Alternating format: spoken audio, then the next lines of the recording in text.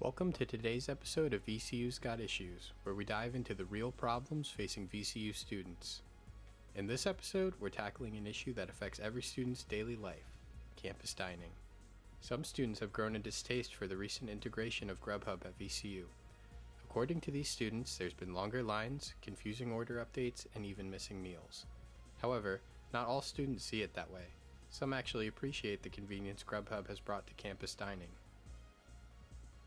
I was just hungry. I was literally I was in line waiting for my food, writing the article in my head. I pitched the idea to my editor and he was like, awesome, love it. I'm your host, Ryan Evans, and today we'll be talking with Lauren Prattis, a student journalist who recently covered these challenges in her article, VCU Dine Strikes Again. Let's dig in. Lauren, would you care to say anything about yourself? Tell us a little bit. I'm Lauren. I am a junior political science major, and I also work for the Commonwealth Times as the audience editor. When did you begin to notice the implementation of Grubhub into VCU Dine? Last spring semester, I noticed that Einstein's Bagels started to have that. And even then, even if it was just the one restaurant, there was still a lot of timing issues and longer lines with the Grubhub. And then throughout the week, I was just maybe picking up on more things. This line took a little longer, or I see an issue with the way that, this specific thing with the app is run over how the things used to be. So I was just, living my everyday life. I didn't really go out of my way to necessarily gather more information. I was just kind of seeing problems that I had in my everyday life. So I'm actually the perfect person to ask about this because I don't like it. I don't like it only because even though the lines are long, I feel like this just has people waiting instead of actually waiting in line, if that makes sense. I don't like that there are kiosks. It feels really impersonal, and also it's taking away jobs from student workers. To address these concerns, I reached out directly to VCU Dine to see if they had anything to say about some of the complaints these students had. According to their communications manager, Anna Obermiller, the partnership with Grubhub was designed to enhance convenience and accessibility for students by offering more mobile ordering options and self-service kiosks.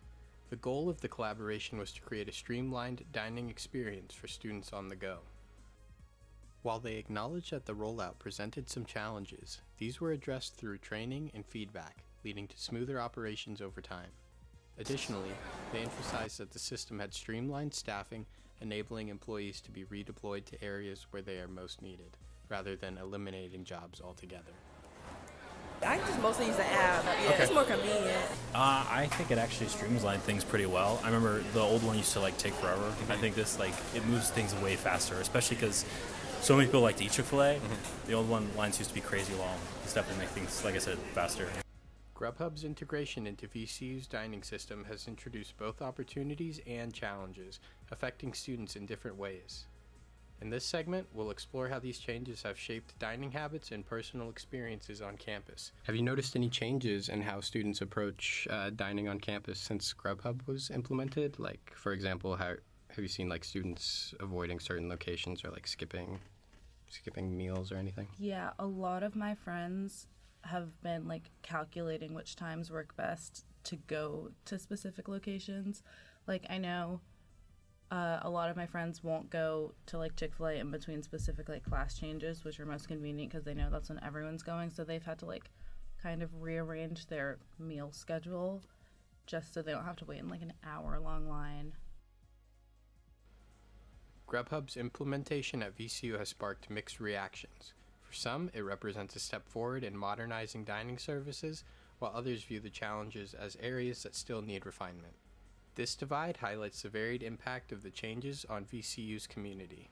I don't think necessarily going back to the original way it was, which is everyone waiting in line, would help, but I think if our school updated completely to where everything was on your phone, I think that would make it a lot easier, because I think one of the main issues is that half of the students are ordering in person and then half are ordering through their phone. So I think if everyone was doing one way, it would make things go a lot smoother and it would be less confusing. What can students do to address these issues and make their voices heard? I don't think complaining is the right word, but continuing to share their like issues with like higher management in VCU. I think if a large amount of students come to VCU with like the same issues, possibly a change might happen, but you never know. I think for them to fix it, they could continue having Grubhub, and they could just open lines at like maybe like certain hours of the day. Yeah.